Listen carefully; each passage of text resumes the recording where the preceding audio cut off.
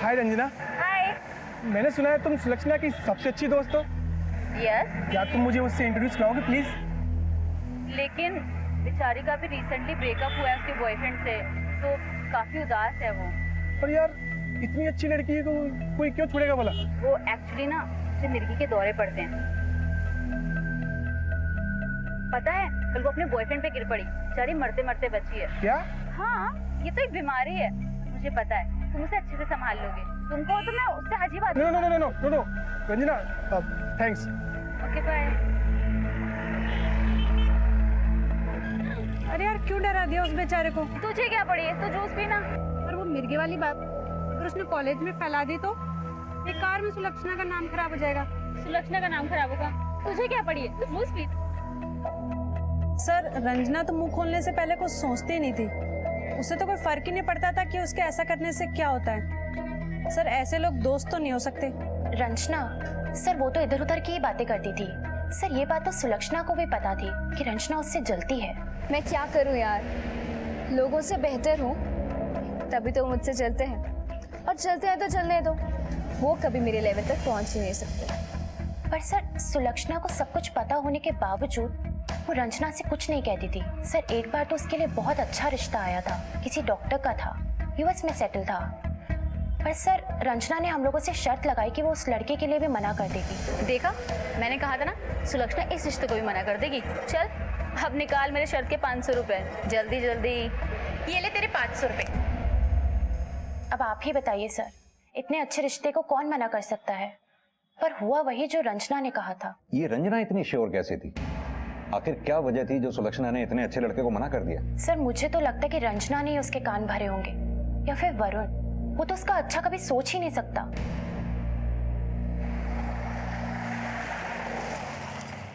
इन सारी बातों से ऐसा लगता है कि सुलक्षणा जानबूझकर चाहती थी कि रंजना उसके बारे में यहाँ वहाँ बातें करती फिरे।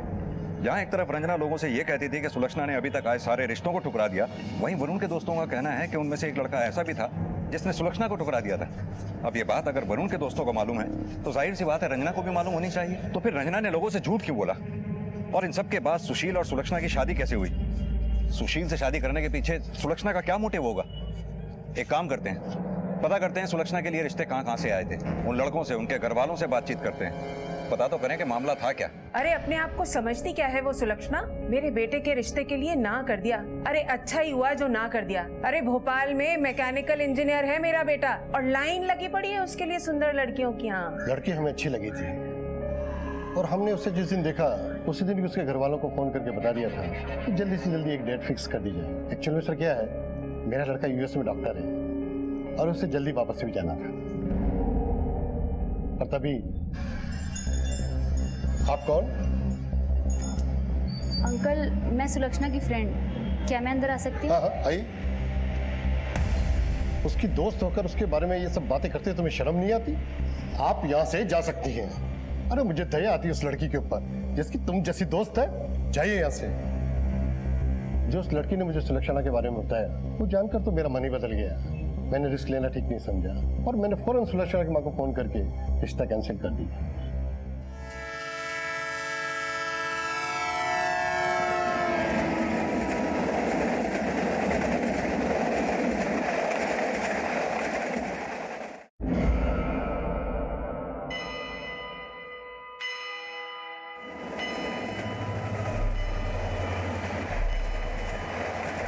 हेलो सर, तो ये रेलवे ट्रैक के पास यशोदा की लाश बरामद हुई है, जिसकी मिसिंग रिपोर्ट अपने थाने में दर्ज है। क्या? यशोदा जी? सर यशोदा जी की डेड बॉडी मिली है रेलवे ट्रैक पर।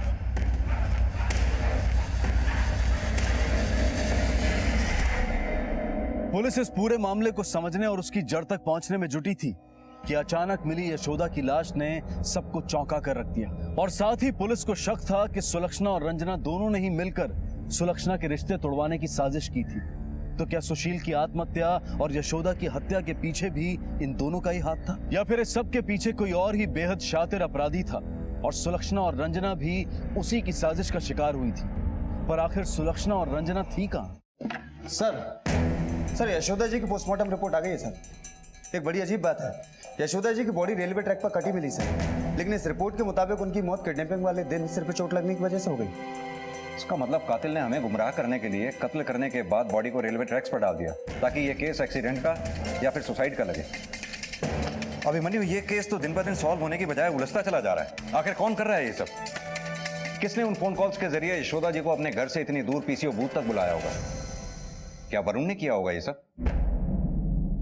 हो सकता है वरुण का रंजना के साथ कोई चक्कर हो और इन सब में वो दोनों साथ हैं, या फिर रंजना और सुलक्षणा की कोई प्लानिंग हो और अब जानबूझकर वो दोनों गायब हैं। एक काम करो, इन सब के कॉल रिकॉर्ड्स लेकर आओ।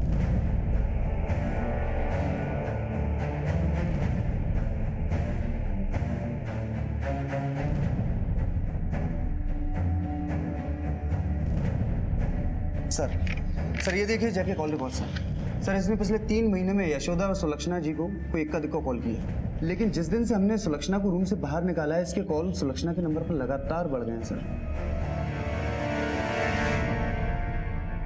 बोल, क्या चक्कर है तेरा सुलक्षणा के साथ? सर चक्कर? सर नहीं सर, मेरा सुलक्षणा के साथ कोई चक्कर नहीं है। वो तो मेरे दोस्त की बहन है। तेरी तो बहन नहीं है ना? सर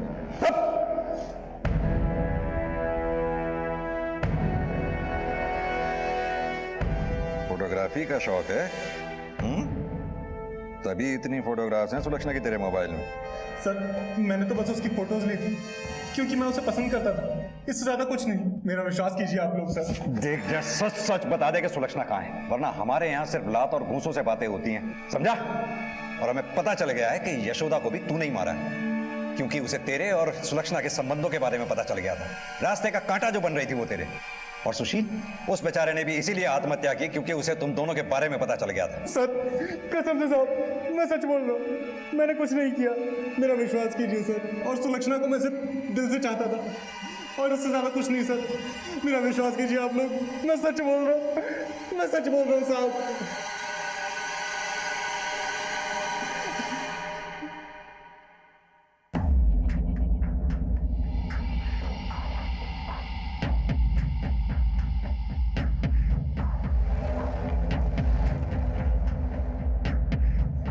चाय देना है।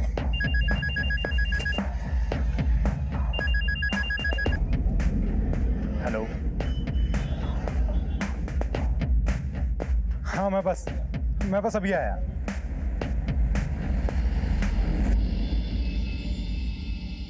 सर हमारा दोस्त जय नहीं मिल रहा। जय नहीं मिल रहा मतलब? कल वो पुलिस स्टेशन आया था पूछताछ के लिए सर, उसके बाद से उसका कोई अता पता नहीं है सर। उसे घर में ताला लगा हुआ है सर, हमने उसका फोन भी ट्राई किया पर फोन भी स्विच ऑफ आ रहा है। उसके माँ बाप गांव में रहते हैं, वो मुझे 3 बार कॉल कर चुके हैं, मैं उनको क्या जवाब दूं?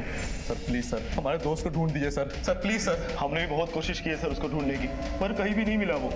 प्लीज सर, जल्द से जल्द उसको ढूंढ दीजिए सर। इस केस में अब तक हुई सभी घटनाओं को प्लान करने वाला मास्टरमाइंड कहीं और ही बैठा था। एक ऐसा मास्टरमाइंड जिसको पकड़ने की हर कोशिश नाकामयाब साबित हुई थी। सुशील की आत्महत्या से लेकर जय के गायब होने तक का पूरा खेल बड़ी होशियारी से रचा गया था। इन सब के पीछे जो भी था वो 2 कदम आगे की चाल चल रहा था। आखिर ये सब कौन कर रहा था?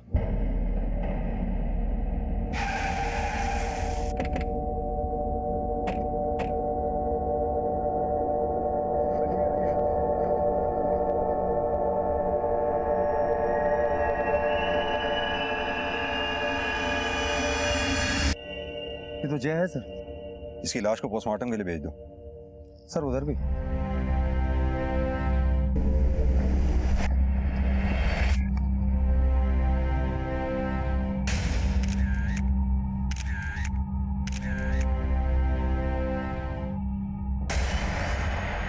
ये सुलक्षणा की लाश लगती है सर। हाँ अभिमन्यु, एक काम करो, लाश को पोस्टमार्टम के लिए भेज दो। जी सर। सुलक्षणा की लाश की हालत काफी खराब हो चुकी है, लगता है इसकी मौत काफी पहले हो चुकी है। सर अब रंजना बाकी है, अगर उसे कुछ नहीं हुआ हो, लेकिन उसका भी कुछ पता नहीं। हो सकता है अभिमन्यु की रंजना ही इस सब के पीछे हो, उसी ने इन सबको मारा हो, तभी वो हमें मिल भी नहीं रही है। वैसे एक शख्स है जिसका इस केस से लेना देना था।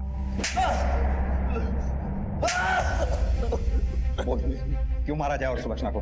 सर मैंने किसी को नहीं मारा सर। तुझे ये बात खटक रही थी ना कि उन दोनों के बीच में कुछ है? सर आप क्या बोल रहे हैं, मुझे कुछ नहीं समझ में आ रहा। देख वरुण, अब इस ड्रामे की कोई जरूरत नहीं है। जय तेरा दोस्त था ना, करीबी दोस्त, तूने उसके फोन में अपने बहन की फोटोग्राफ्स देखी, तुझसे बर्दाश्त नहीं हुआ और तुझे गुस्सा आया और दोनों को मार डाला। नहीं सर, ये सच नहीं है। सच क्या है रंजना? इन सब के बीच में तेरा उससे क्या लेना देना था? उसे भी मार डाला या फिर वो इस सब में तेरे साथ मिली हुई है, कहीं छुपी हुई है? नहीं सर, ऐसा कुछ भी नहीं है सर। और अपनी माँ को मारने का क्या कारण था तेरा? यही ना, क्योंकि वो तुझे सुलक्षणा से कम लायक समझती थी, या फिर वक्त के साथ उसने उन दोनों के रिश्ते को हरी झंडी दिखा दी थी? तू बिल्कुल ये नहीं चाहता था कि ऐसा हो। नहीं सर, ये बिल्कुल झूठ है सर। सर मैंने अपनी माँ और बहन को नहीं मारा सर। और सर एक बात रंजना की, सर मेरा उससे कोई लेना देना नहीं सर। सर मुझे कुछ नहीं पता सर उसके बारे में। सर प्लीज मुझे छोड़ दीजिए सर। सर प्लीज सर, मैंने कुछ भी नहीं किया सर। साहब मारा वरुण के छोड़ दो साहब, મને વિશ્વાસ છે કે ઉને કાંઈ બી કોઈ નહીં કર્યો હોયગો. મને દોષ છે સાहब, उन्हें छोड़ दो। मैं जानू वो शो काम नहीं कर सके, उन्हें छोड़ दो साहब, उन्हें छोड़ दो। एक काम करो, अभी तो इस वरुण को जाने दो। अपना एक कांस्टेबल इसके पीछे लगाओ जो इसके बारे में पल पल की जानकारी हमें दे। इसके फोन कॉल टेप करो। रंजना इससे मिलने की जरूर कोशिश करेगी या फिर ये उसे कांटेक्ट करने की कोशिश जरूर करेगा, और तभी हम इसे रंगे हाथ पकड़ सकते हैं, क्योंकि शक के बिना पर हम इसे ज्यादा देर अंदर नहीं रख सकते। Yes sir. और अगर इस केस में रंजना का जरा सा भी हाथ है तो उसका मोटिव क्या होगा? क्या सुलक्षणा के खिलाफ उसकी नफरत ने उसे ऐसा करने पर मजबूर कर दिया होगा? नहीं, ये एक अकेली लड़की का काम हो ही नहीं सकता। इस खेल में जरूर उसके साथ और भी खिलाड़ी हैं जिन्होंने अपने पत्ते अभी तक संभाल के रखे हुए हैं। रंजना से जुड़े हर शख्स की बैकग्राउंड को खोद निकालो, कुछ ना कुछ हाथ जरूर लगेगा। Yes sir.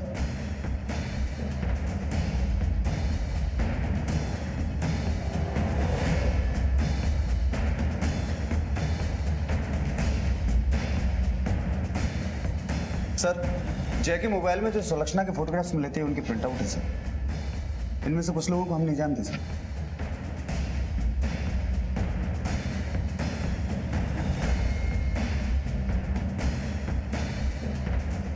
अभिमन्यु लगता है ये फोटोग्राफ्स मार्केट एरिया के हैं। ऐसा लगता है लोग पीछे घूम रहे होंगे जो फोटोग्राफ्स में आ गए। और वरुण के पीछे जो कांस्टेबल भेजा था उसने कोई जानकारी दी? नहीं सर, कुछ खास नहीं। और रंजना के बारे में कोई टिप मिली? नहीं सर, उसका भी अब तक कुछ पता नहीं चला। पुलिस की जी तोड़ कोशिशों के बाद भी यह केस सॉल्व होने से कोसों दूर था। यह समझ पाना मुश्किल हो गया था कि आखिर सुशील की आत्महत्या का राज क्या था, रंजना कहां गई और बाकियों की मौत की वजह क्या थी। साथ ही साथ उस शख्स का भी पता नहीं चल पा रहा था जिसने इन सारी वारदातों को अंजाम दिया था। इस केस की हर गली एक डेड एंड पर जाकर खत्म हो रही थी। मुजरिम ने परफेक्ट क्राइम को अंजाम देने के सारे हथकंडे अपनाए थे कि तभी अचानक कुछ ऐसा हुआ और फिर से यह साबित हो गया कि परफेक्ट क्राइम नाम की कोई चीज होती ही नहीं है। सर, मेरा नाम उमेश है, मैं जयपुर से हूँ। उसका कोई फोटो है आपके पास? हाँ सर, ये एक लेटेस्ट फोटो है सर। सर इसमें मैं हूँ, मेरा बच्चा और मेरी पत्नी मेघना है। कैसे गायब हुई? दरअसल हम यहाँ एक कॉन्फ्रेंस के सिलसिले में आए हुए थे। आज जब कॉन्फ्रेंस खत्म होने के बाद हम बस से वापस जयपुर लौट रहे थे तो बीच रास्ते में हमने रियलाइज किया कि मेघना बस में थी ही नहीं। वापस जाकर हमने उसे बहुत ढूंढा लेकिन वो कहीं नहीं मिली। क्या इससे पहले भी कभी ऐसा हुआ था? नहीं सर, मेघना बिना बताए कहीं नहीं जाती है। जैसे ही हमें इसके बारे में कुछ पता चलता है हम आपको इत्तला कर देंगे।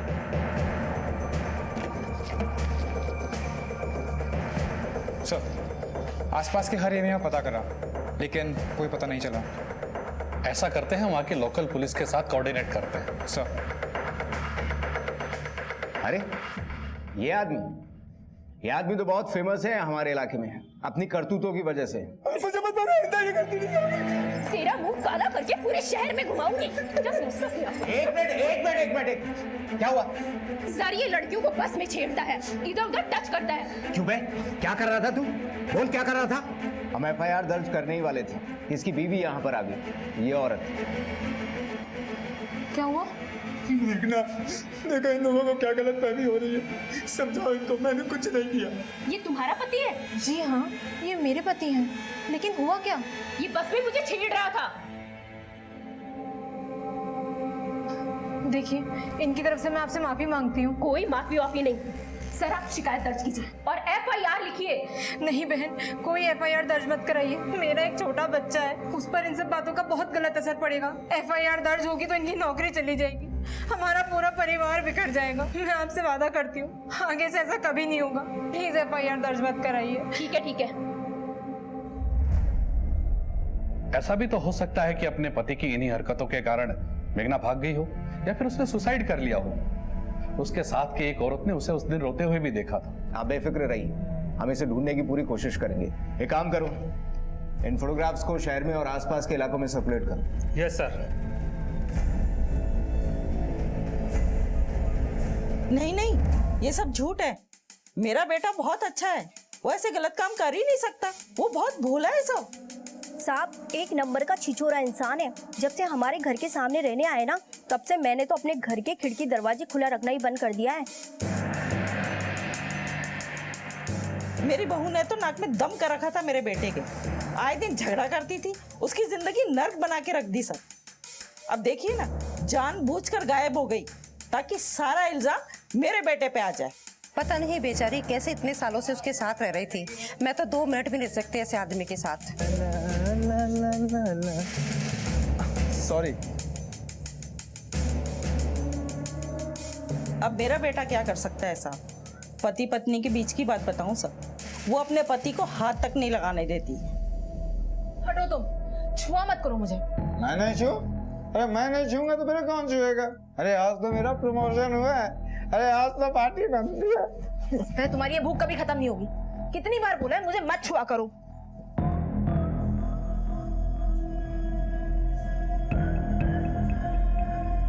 जब से मेरी शादी हुई मुझसे दूर रहती थी, और सब बच्चा होने के बाद तो उसने मुझे हाथ भी लगाने नहीं दिया। FIR वाले किस्से के बाद में तुम दोनों के बीच में कभी कुछ झगड़ा हुआ था? नहीं सर, ऐसा तो कभी नहीं लगा। उमेश, ये तुम्हारे जॉइंट अकाउंट की बैंक डिटेल्स। इसके हिसाब से बीवी के गायब होने के ठीक एक दिन पहले तुमने बैंक से हैवी कैश विड्रॉ किया था। पैसा सेल्फ चेक से निकाला गया था जिस पर तुम्हारी सिग्नेचर थी। बीवी के गायब होने से पहले इतना पैसा निकलवाने की कोई खास वजह? सर आप किस चेक की बात कर रहे हैं? मैं तो पिछले हफ्ते से बैंक ही नहीं गया। सेल्फ चेक तो किसी को भी भेजकर कैश करवाया जा सकता है। सच सच बताओ, मामला क्या है? दरअसल मेरी और मेघना की कुछ ज्वाइंट पॉलिसीज हैं, और कई बार मैं बिना पढ़े लिखे ही चेक पे साइन कर देता हूँ। हो सकता है सर ये चेक उन्हीं में से एक हो। मेघना अपनी शादी से खुश नहीं थी सर।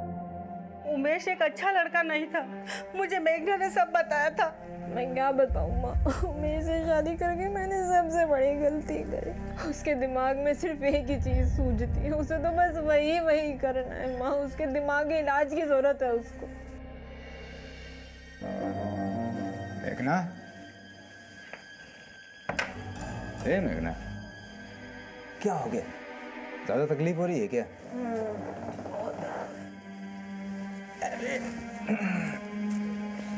सब सही हो जाएगा।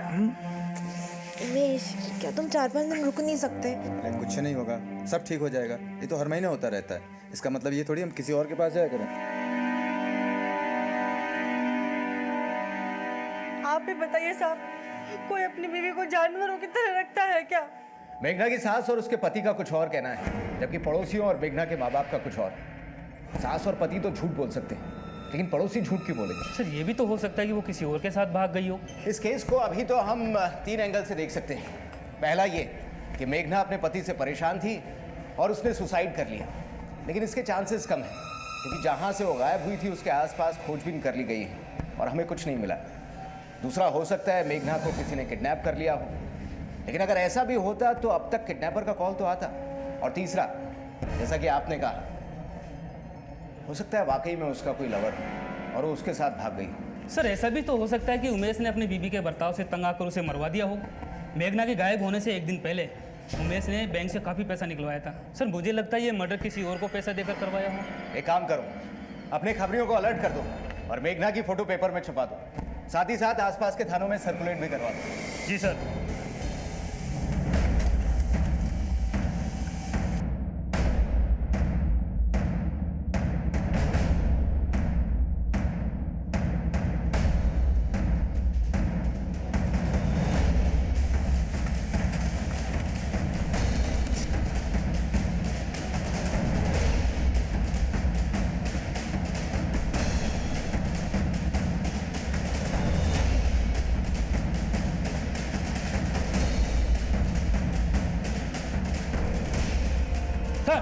अभी भी एक औरत का फोन आया है। उसने मेघना की फोटो अखबार में देखी। उसका कहना है कि उसने मेघना को अपने इलाके में देखा है। मेघना को देखा है? जी सर। चलो गाड़ी निकालो।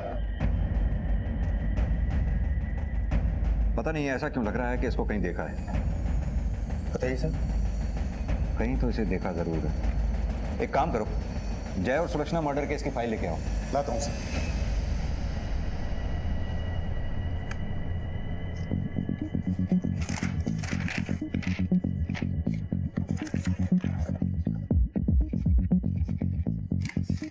ये देखो, मैं कह रहा था ना, ये साथ में जो सुलक्षणा की खड़ी है ये वही है, सेम। एक काम करो, इस केस के थाना इंचार्ज से बात करो। एक मिनट सर। फौरन। जय हिंद सर, थाना सदर से सब इंस्पेक्टर अभिमन्यु सिंह।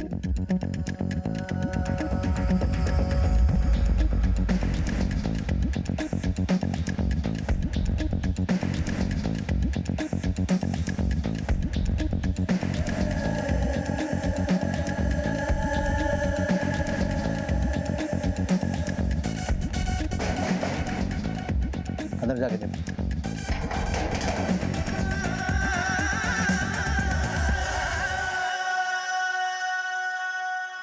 क्या आपने इनको कहीं देखा है?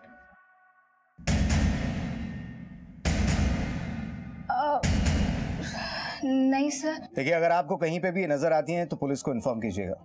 जी। Thank you.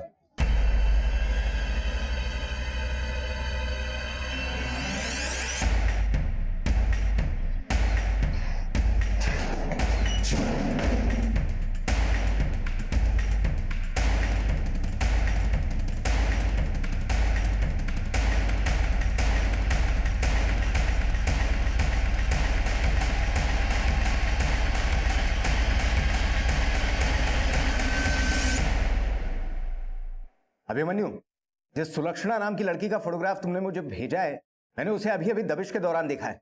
क्या? Are you sure sir? Yeah, I am sure. Sir, उन्होंने दबिश के दौरान सुलक्षणा को कहीं देखा है सर। क्या?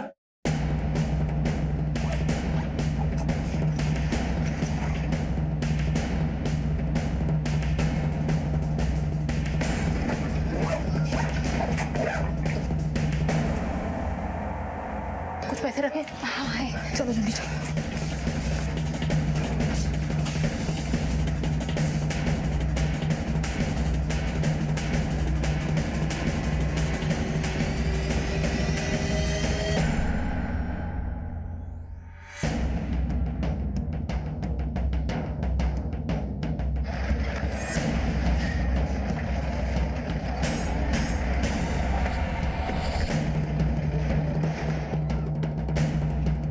सर वो देखिए।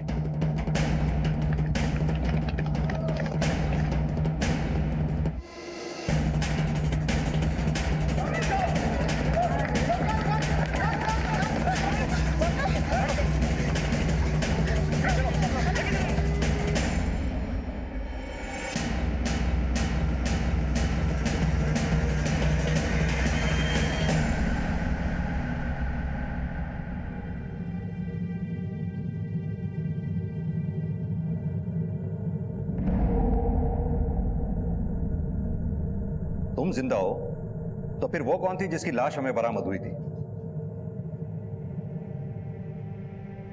रंजना, रंजना कहाँ जा रही है? ट्यूशन पढ़ाने। अरे ट्यूशन बाद में पढ़ा लेना, अभी चल मेरे साथ। पर तेरे लिए एक सरप्राइज है। अरे ट्यूशन जरूरी है यार। ट्यूशन बाद में पढ़ाना ना, तुझे मेरी कसम।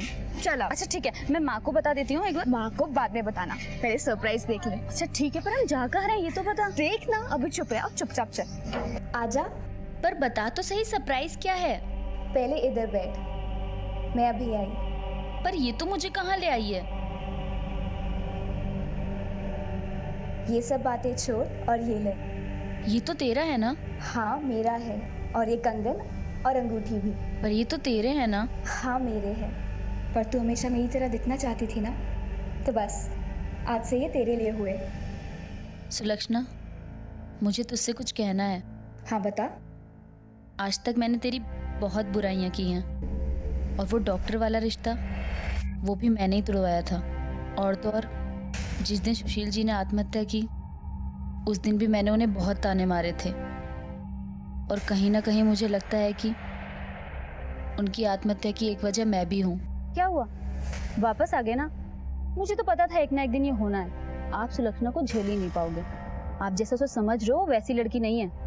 पता है, फुद्दू समझती है वो आपको, फुद्दू। हंसती है वो आप पे, जोकर समझती है आपको। पता नहीं आपने क्या देख के उससे शादी कर ली। आपकी जिंदगी तो नर्क हो गई।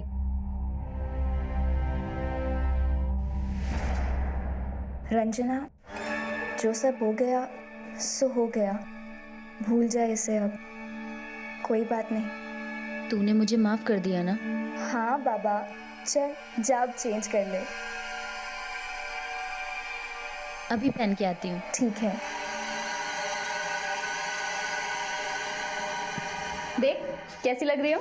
अरे वाह रंजना, तू तो बहुत सुंदर लग रही है इसमें। और ये कंगन बहुत अच्छी लग रही है।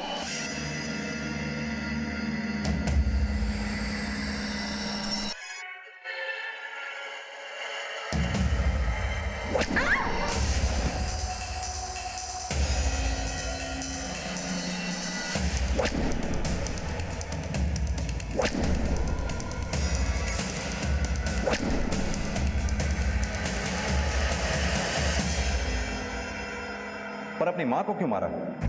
उन्हें सब कुछ पता चल गया था, और अगर हम उन्हें नहीं मारते तो शायद सब कुछ खत्म हो जाता। क्या पता चल गया था उन्हें?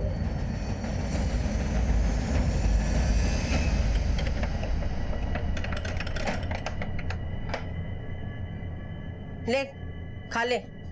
मम्मी मम्मी मम्मी, सुनो तो सही मम्मी, आप मेरे साथ ऐसा क्यों कर रही हो? क्यों बंद करके रखा है मुझे यहाँ? मम्मी प्लीज मुझे बाहर जाने दो। जाने दो तुझे बाहर? किस लिए? तू बाहर जाकर जो करती है ना, वो मुझे सब कुछ पता है। क्या मतलब? तू क्या समझती है मुझे कुछ नहीं पता?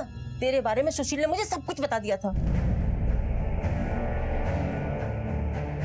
सुशील, तुम तो 8-10 दिन के बाद में आने वाले थे, क्या हुआ इतनी जल्दी कैसे आ गए? फुद्दू दिखता हूँ मैं? शक्ल से पागल हूँ? अरे क्या नहीं किया मैंने आप लोगों के लिए, सब कुछ तो बर्बाद कर दिया। और आप लोगों ने क्या किया? एक ऐसी लड़की के साथ मेरी शादी कर दी जिसको लड़के नहीं सिर्फ लड़कियां पसंद है। सुशील, ये क्या बोल रहे हो? ठीक कह रहा हूँ, मैंने खुद अपनी आंखों से सुलक्षणा को उस लड़की के साथ होटल के कमरे में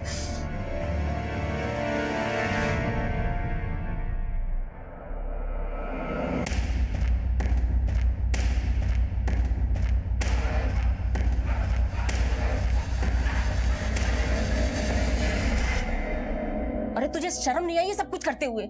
समाज में पता चलेगा तो हम किसी को मुंह दिखाने के लायक नहीं रहेंगे। अब तू मर यहीं पर, सड़, कहीं नहीं जाएगी तू। क्या तुम लोग समलैंगिक हो? लेस्बियन?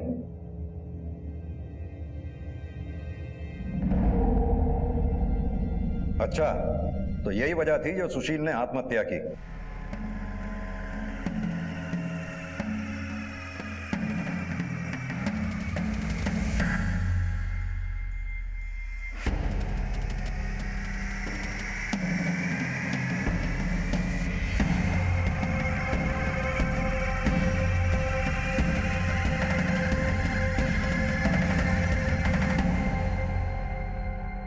ये सब जानने के बाद मम्मी ने मुझे कमरे में बंद कर दिया, हमें मिलने से रोक दिया। और जैसे ही सुलक्षणा अपनी माँ की कैद से बाहर निकली, हमने मिलकर प्लानिंग की, जिसके हिसाब से सुलक्षणा जानबूझकर अपना मोबाइल घर छोड़ आई और मैंने पीसीओ से उसके मोबाइल पर कॉल किया।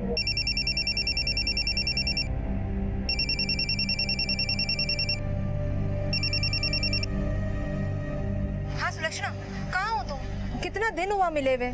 प्लीज देखो, हमने जो डिसाइड किया था ना, मैं वही तुम्हारा इंतजार कर रही हूँ। तुम लोग जो कर रहे हो वो गलत है। सुलक्षणा को फोन मत किया करो। हाँ, आंटी नहीं आंटी, ऐसा कुछ भी नहीं है जैसा आप समझ रहे हैं। आंटी समझने की कोशिश करिए प्लीज। आप मिलिए मुझसे एक बार, मैं आपको सब समझा दूंगी। आप चाहे तो सब ठीक हो सकता है। आंटी मैं गोविंद स्टेशनर्स के बाहर आपका इंतजार कर रही हूँ। प्लीज आंटी आप मुझसे मिलने आ जाइए। ठीक है, मैं आती हूँ।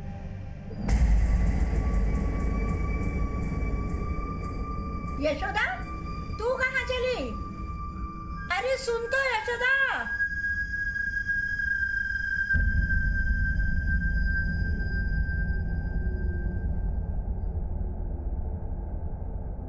भैया कॉल कर। हाँ आंटी, मैं ना उस दुकान से निकल गई थी, तो आप उसके थोड़ा सा आगे आ जाइएगा। आइए आंटी, आइए ना, आइए बैठ के बात करते हैं। तू यहाँ?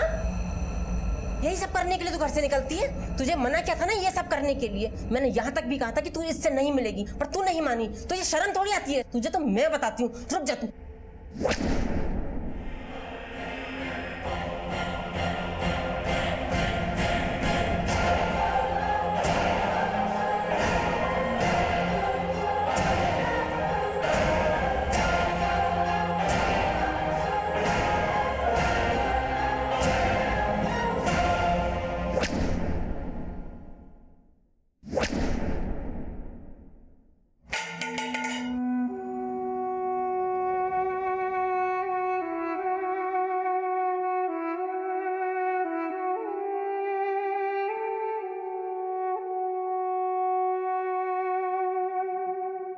अगर तुम और मेघना एक दूसरे को इस हद तक चाहते थे, फिर दोनों ने शादियां क्यों की? सर मुझे नहीं पता मेघना से प्यार करना सही है या गलत, पर अगर मेरे दिल में सिर्फ उसी के लिए प्यार जागा तो इसमें मेरी क्या गलती?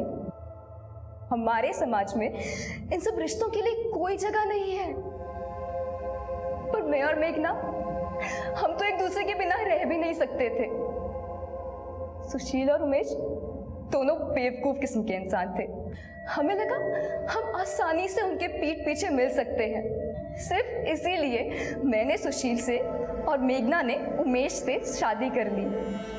हमें लगा वो कभी हमारे लिए मुसीबत बन ही नहीं सकते। सुलक्षणा से तुम्हारी पहली मुलाकात कहाँ और कैसे हुई? सुलक्षणा से पहली मुलाकात एक करियर काउंसलिंग के दौरान हुई। वहीं से हमारी दोस्ती शुरू हुई और हमें प्यार हो गया। जय, उसे मारने के पीछे तुम्हारा क्या मोटिव था? वो इन सब के बीच में कैसे आया? आप लोगों ने जब मुझे कमरे से निकाला तो मैं वापस मेघना से मिलने लगी, और इसी दौरान जय ने हम दोनों को देख लिया। वो इस बात का गलत फायदा उठाना चाहता था।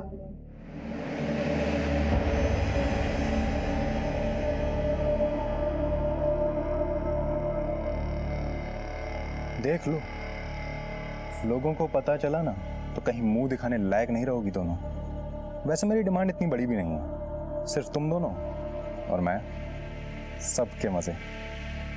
क्या क्या बोलती हो? जय ने खुद अपनी मौत को दावत दी। वो हमारे लिए खतरे की घंटी बन गया था, इसलिए उसे छोड़ना हमारे लिए बेवकूफ़ी होती।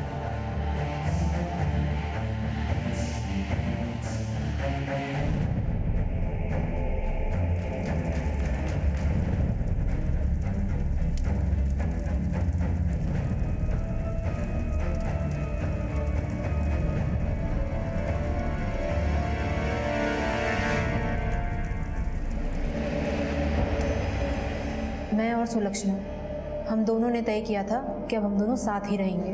अब हमारे बीच आने वाला कोई नहीं बचा था। सब कुछ प्लान के हिसाब से चल रहा था।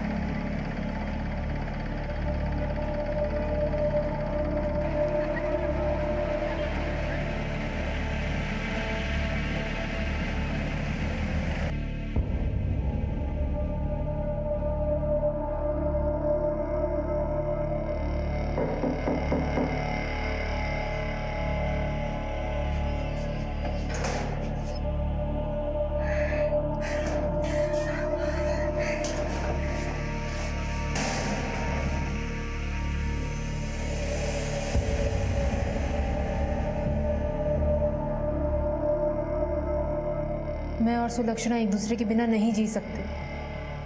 बहुत प्यार करते हैं हम एक दूसरे से, नहीं रह सकते एक दूसरे के बिना, और इसीलिए हमने ये सब किया। तुम दोनों ने ये तो सोचा कि इन सबको मारने के बाद कोई तुम्हारे बीच में ना आए, पर शायद ये भूल गए कि जुर्म का रास्ता सिर्फ एक ही मंजिल पर खत्म होता है, जेल।